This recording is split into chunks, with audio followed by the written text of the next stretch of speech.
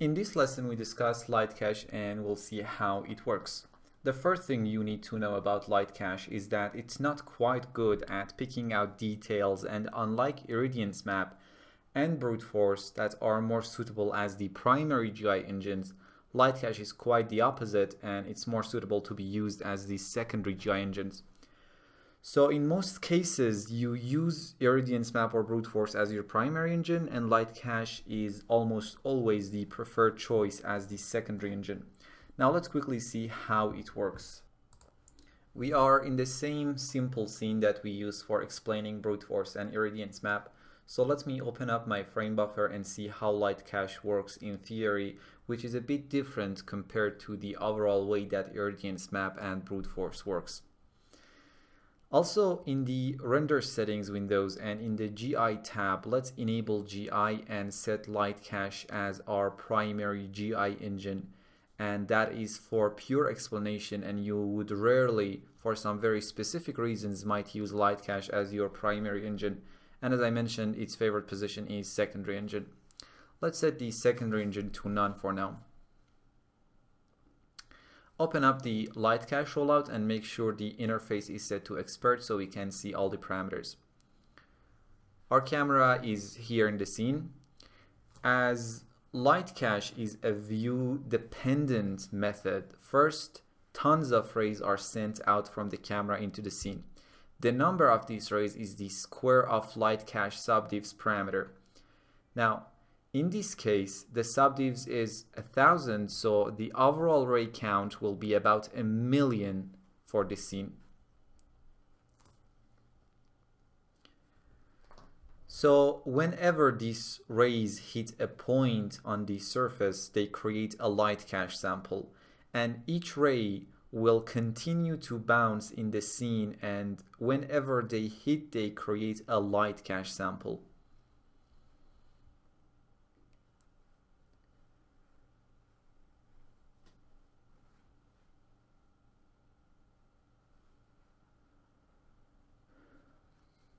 Each of these rays that come and bounce in the scene store all of that information in their path, and as we learned earlier in this section, these rays carry information between surfaces, and this is how light cache can give us our global illumination solution. Now, to speed up the calculation, imagine a ray comes and creates a light cache sample in a specific point.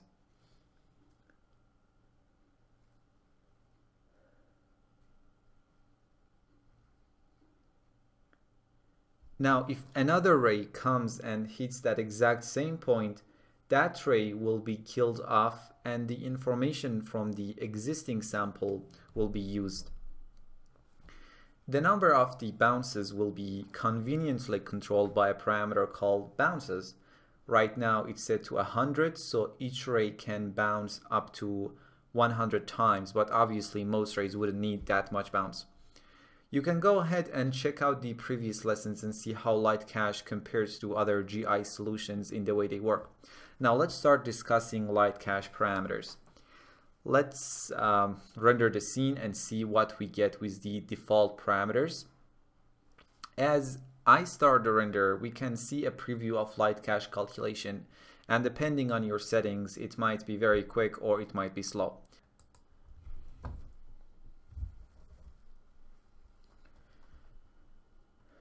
The first parameter is subdivs, and as I mentioned, this controls the number of rays that are cast from the camera. Obviously, the higher the number, the higher the quality of your samples, and therefore the higher the quality of your renders. Now let's take a look at a few renders with different subdivs number. Remember, our goal here and in light cache is not to have a detailed noise-free solution. That is not what light cache is for. We get all the details we want from our Iridian's map or brute force as our primary engine, and light cache is only for secondary purposes. So as I go through the renders from subdivs of 10 to 4,000, you can see each time we are increasing the overall quality of our light cache, and at the same time increasing our render time.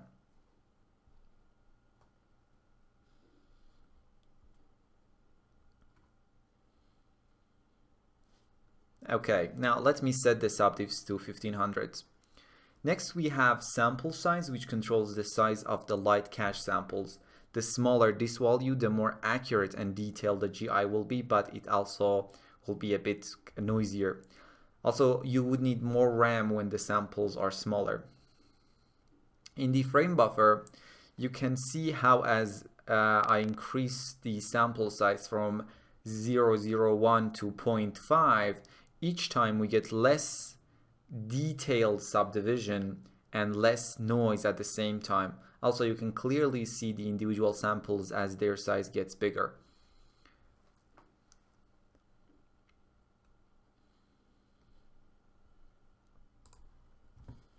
Now, let's make sure the sample size is set to its default of 0.01. Next, we have scale, which controls the unit for sample size. And down here, if I change the filter type to fixed, also it controls filter size. Now we have screen and world. In screen space, the sample size is a fraction of the final image. So if sample size is set to 0.01, the sample size would be 1% of the final image, and so on. The screen unit is better for still images and animations, especially with object animations. And world unit is better for fly-through animations where only the camera works and the camera moves. Also, in this mode, the samples that are closer to the camera will appear smoother because they will be sampled more often. Generally, screen is the one you use in most cases, but if you are working with fly-through animations and you are using fly-through mode down here from the light cache modes, you can probably use world. Now, as we have been working in the screen space, you have seen the distribution of the samples in this space. Now let me change this scale to world space and show you a few renders with different sample sizes. As I increase the sample size from 0.001 centimeters to 20 centimeters, you can see the difference in sample distribution and sample sizes. Okay. Let's set the scale to screen and sample size to 0.01. Next, we have retrace and retrace threshold. When retracing is enabled, the GI for the corners and more detailed areas will be recomputed or retraced to make the solution more accurate and avoid any flickering artifacts or light leaks.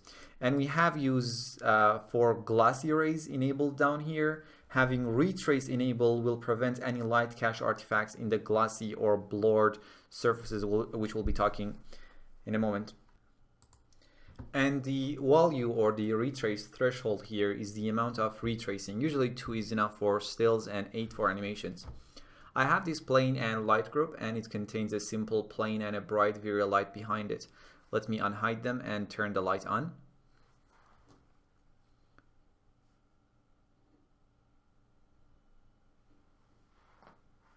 Now you can take a look at 2 renders, one without retracing and the next one with retracing. In the first one, retrace is off, and we can clearly notice the light leak underneath the plane, and the samples from both sides of the plane are blending and causing this light leak. In the next one, retrace is on, and the light leak is basically, as you can see, gone. We can still see some samples from the other sides, but if we use light cache as our secondary engine and use let's say Irradiance map as our primary engine, those samples won't be visible in the final solution at all. So let me quickly set the Irradiance map as my primary engine and light cache as my secondary engine. In the Irradiance map, set the preset to medium and make sure that check sample visibility is on. And in the light cache, make sure retrace is on.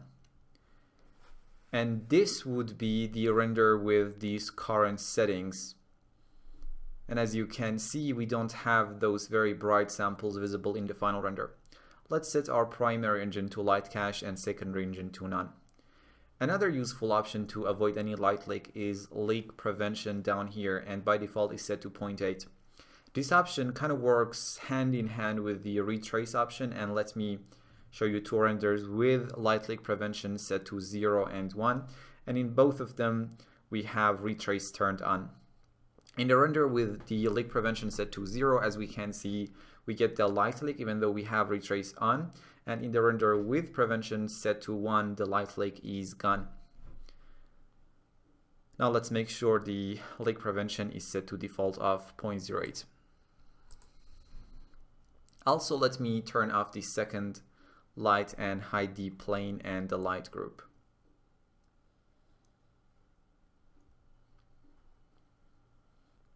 Next, we have show calculation phase. When enabled, you can see a light cache preview while it's being computed before the final image being rendered. We have use camera path, and when enabled, the light cache will be calculated for the entire camera path instead of just the current camera view. In the light cache modes down here, we have a mode called fly through. If we just have camera animation and no object animation, you would use fly through mode. But if you have also object animations, in that case, the mode down here need to be set to single frame. So for each frame, we'll be calculating a new light cache, right?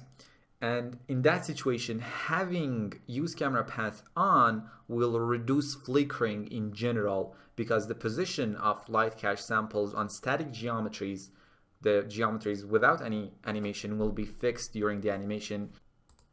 I have this animated cubes in the scene. Let me go ahead and unhide them.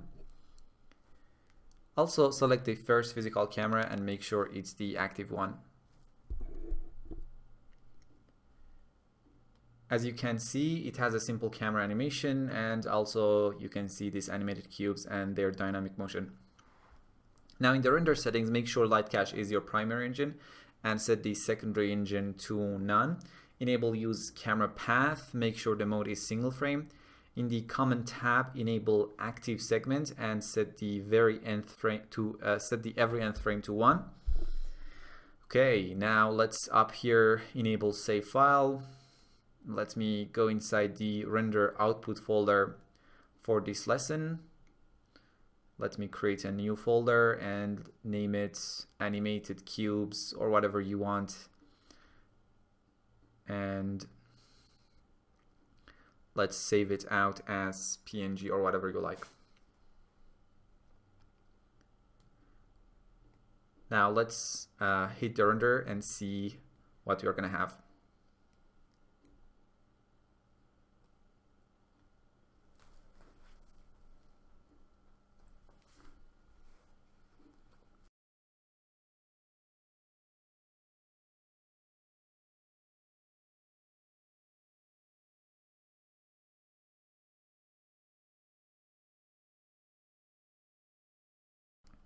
As you can see, for each frame, V-Ray considers the entire camera path and calculates the light cache for the entire camera path. And because the mode is set to single frame, the light cache is being built for each and every frame separately. Now, if we didn't have those animated cubes, we could set the mode to fly through and it would have been a lot easier. Now, having use camera path enabled wouldn't entirely remove every single artifacts and flickering. It helps to reduce the overall flickering, but to get flicker-free animations, you need to increase your light cache settings. In this case, we actually didn't do that. We just have use camera path turned on, and we'll see how it affects our final result and animation. Now let me stop the render, and I can show you the final animations. Now, from the rendering menu, click on Compare Media in Ramp Layer. Now let's load the frames and wait a bit.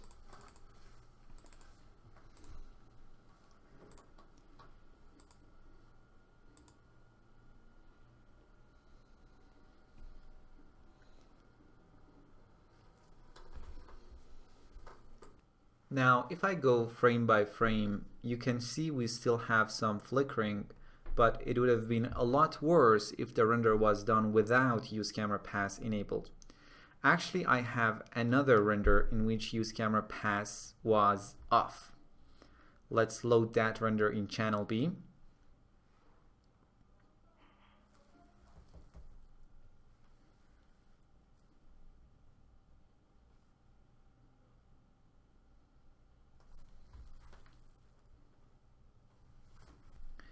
Now let me change the frame rate to 10 and play the animation.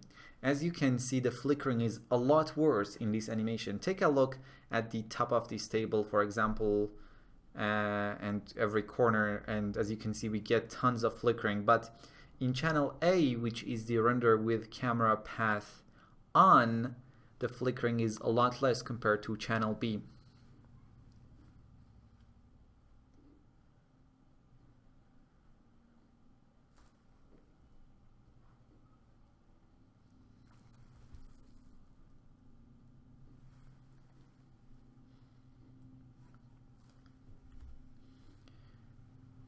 Okay, now let's close the ramp layer, clear the current image from the frame buffer.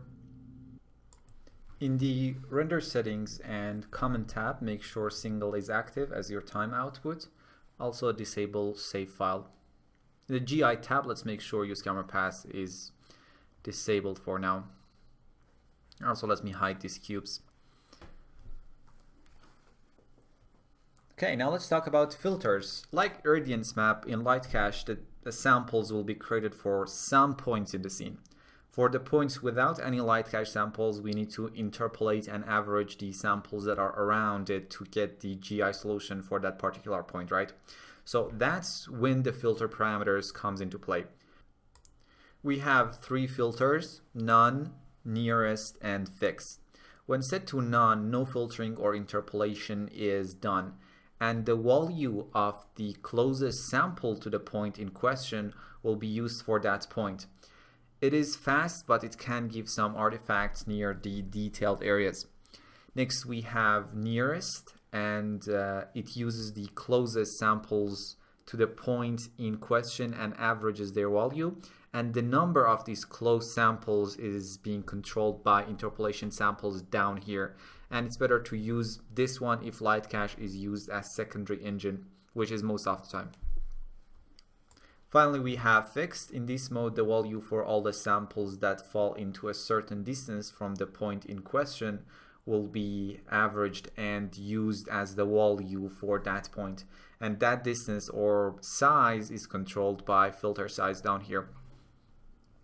It gives you smoother results compared to nearest, and this filter is preferable if you use Lightcache as your primary engine, which is rare. Now let's take a look at three renders with these three filters and see how they look. In the first render, the filter is set to none. The second one is nearest, and the third one is fixed.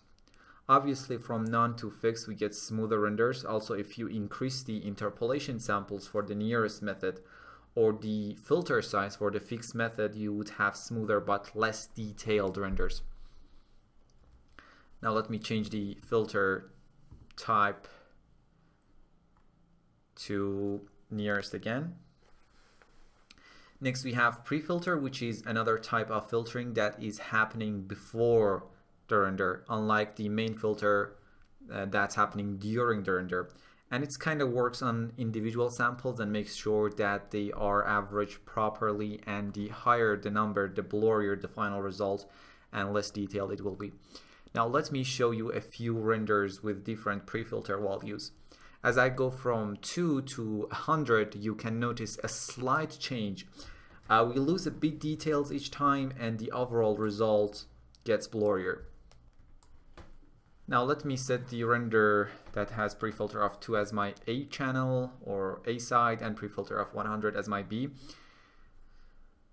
And we clearly have more detail on the left side, which is the A channel, but the result is blurrier and less noisy in the B side with pre-filter set to 100. Okay, let's set the pre-filter back to 20. Next, we have use for glossy rays. If enabled, the Lightcache algorithm will be used to compute glossy reflections and refractions in our materials. When we discuss materials, we'll be getting back to this option and demonstrate how it affects your material. Also, when you have this option enabled, it's recommended to have retrace also enabled. Otherwise, the Lightcache samples will be visible in the glossy surfaces. Next, we have store direct light, which is very important when you use light cache as a primary engine, and less important if light cache is your secondary engine. When this option enabled, light cache will be storing and interpolating the direct lighting also. Now in the frame buffer, in the first render, light cache is the primary and only GI engine, and store direct light is on. As you can see, the direct light is very blurry, and if I go to my lighting path here, you can see there is no information here. In the second render, store direct light is off. We get our sharp lighting back, and as you can see in the lighting path, we get the direct lighting the way we expect. So if light cache is your primary engine, you should disable store direct light. And if it is your secondary engine, you can turn it on because we get our sharp lighting from the primary engine in that case, which is Iridiance Map or Brute Force normally. In the next two renders, I had Iridiance Map as my primary engine and light cache as my secondary engine. In the first render, store direct light is on, and in the next one, it's off. And it's really hard to see any noticeable difference between the two renders. Let's make sure store direct light is on and light cache is our primary engine. Next, we have bounces, which we discussed at the beginning of this lesson, and that is the number of GI bounces. And as I mentioned, this is a limit here, and light cache probably wouldn't use all these bounce, but the more bounce usually means more accurate and brighter renders. Let's see a few renders with different number for bounces. In the first one, bounces was set to 1. The next one is 2, and it clearly is brighter compared to the previous one. The next one is 3, 4, 5. And as you can see, each time the scene gets a little brighter because we allow the rays to bounce more. The next one is 10, and it's barely brighter compared to 5. The next one is 20, and the final one is 100. And as we increase the bounce number in the smaller numbers like 1 and 2 and 3, we can clearly see a difference. But here I can't see any difference between 10 and 100 bounce, for example, simply because after a certain point, those rays wouldn't have enough energy to contribute anything. Also, V-Ray does not use all that 100 bounce. So that's why the difference is so small in the higher numbers. Let's make sure the bounce is set to 100. Finally, we have light cache modes. Single frame and from file are exactly like their Iridiance Map counterparts. In case of from file, the pre-filter calculation is not saved with the file. So if you load the light cache file, you need to adjust your pre-filter parameter before the final render. Next, we have fly through. If the camera is the only thing with animation in the scene, you need to use this mode. In this mode, the light cache for the entire animation is calculated in the first frame, and that same light cache will be used for the subsequent frames.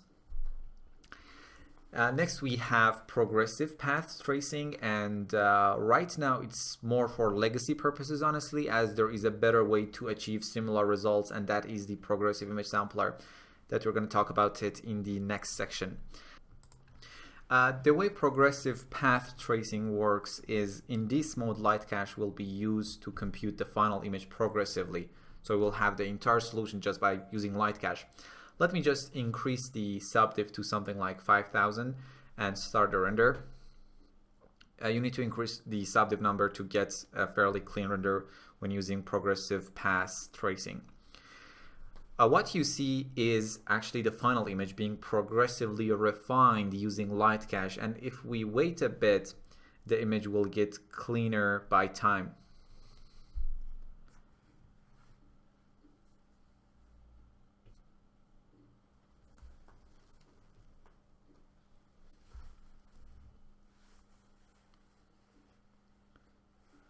Okay, let me stop the render here.